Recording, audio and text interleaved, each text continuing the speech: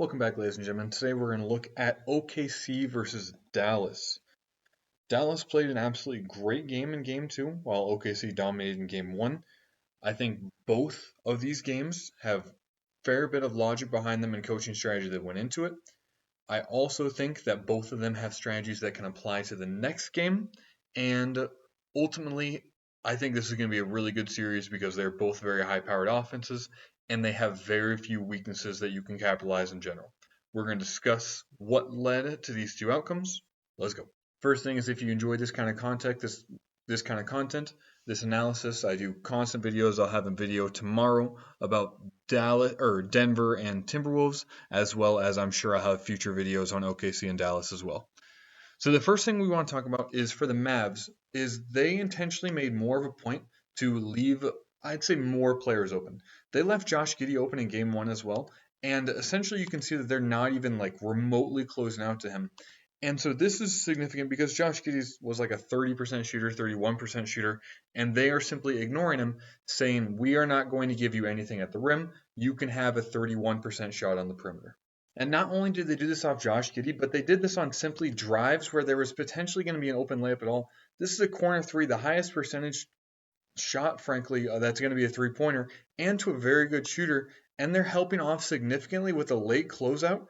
And essentially what they're communicating is they are saying, you guys are too good on the inside. We prioritized that too much in the last game, and so we are going to take the exact opposite, and we are going to essentially pack the paint. And let's see if they're still doing that into the fourth quarter, back when the game's on the line. So we see a baseline out of bounds here. Okay, we have Luke essentially one-on-one. We're watching this defender right here. 10 stops. His first thought is, let him go to the other side. That's fine. I'm going to provide help. And so 21, again, same thing. Provide instant help coming down. Make any of these passes, any of these shots much more difficult, and let them kick it to the outside because of just the percentages and essentially limiting the style of offense that OKC loves to get good shots at the rim. Frankly, every team loves to get good shots at the rim. So if you can take those away, at least you're taking away something in particular instead of taking away nothing. And the thing that's super significant about this is that OKC is such a good shooting team as they have shooters across the board, and Dallas is still choosing to do this because of how good OKC is inside the three-point line. They are saying, essentially, we're going to struggle stopping you at the rim, so we are going to simply prioritize everything is making it more difficult for you to score on the inside. So then, from OKC's perspective, frankly, they did the exact same thing. They are both doing much more pack line style defense than we've seen in the NBA, at least that I've seen in the NBA in a significant amount of time. They're essentially saying you can have good shooters, however, we are going to close out with our hands down right here. Okay, so as Josh Giddey closes out, we can see his hands are down. He is saying, I'm going to take away the drive. I'm going to close out short. You can shoot this ball. And so while this makes slightly more sense for OKC, because Jones, Gafford, Washington, they're 32% or below, maybe 33% or below shooters. So it makes some more sense, but they're still saying we are going to take away the inside and make you play from the outside. And frankly, the most significant part of this is the fact that what looks like the current three best teams in the West are all playing a similar style of defense where they're clogging the paint, making sure you can't get any layups at the rim. So again, look at Holmgren right here. Okay? Chet is way off of this player, not even remotely guarding, saying, Luka, you are not going to score at the rim. Okay? We are going to take that away, force you to essentially go between two defenders and still have to kick the ball out. And we're okay with a closeout late, even if they make it. So what is the result of these two styles of play? The result is if one team can essentially shoot the ball really well in the first half, they're going to have a huge advantage.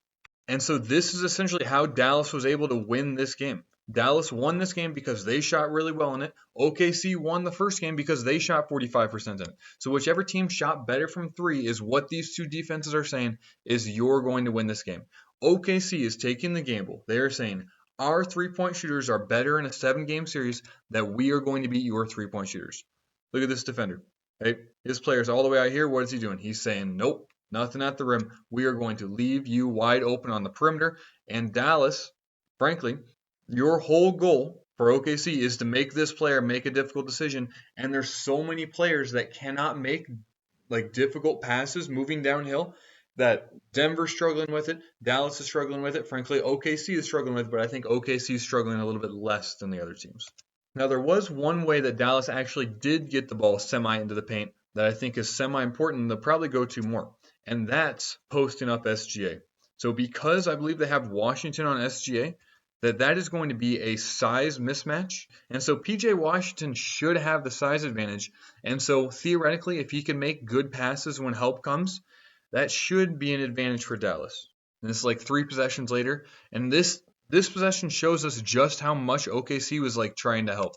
Look at Josh Giddey right here. He's the one that gets called for the defensive 3 seconds. Okay, so he's posted up in here. His player's way out here. It doesn't even matter. He is sitting there ready to help. But this shows that OKC A wants to help aggressively and that the Mavs want to try and post up SGA. And again, towards the end of the game, we saw a similar thing. Get the ball to Luka, and this actually, I kind of like this. This is kind of what I talked about with Jokic, is that if you can have a player out here as well, it puts more space on the defense. Kyrie is out here. Spaces out the defense gives him more room to work with. Okay, so PJ Washington goes to the post up, gets the ball on the inside, and get him to work one-on-one is probably, I'd say, a net win for the Mavs. I'd have to see more to be sure of it, but probably a positive play on offense.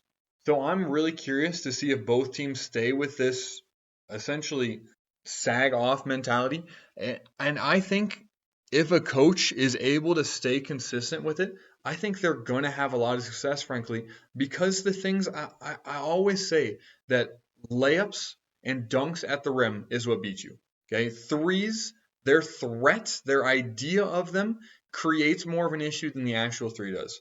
Steph is a great player. His 3 pointers don't beat you. The idea of his 3 pointers are the thing that beats you. Okay? Because you overhelp, because you have too much gravity, you stay too close to him, it gives up dunks to other players. So if you can limit that from Dallas's or OKC's perspective, I think it gives you a lot of opportunity to win these close games, especially if you start shooting well at all from the perimeter. If you enjoyed this, feel free to like and subscribe. If you want to watch Denver's video tomorrow, I'll have it out at 8 a.m. is my goal. But most importantly, have a blessed rest of your day.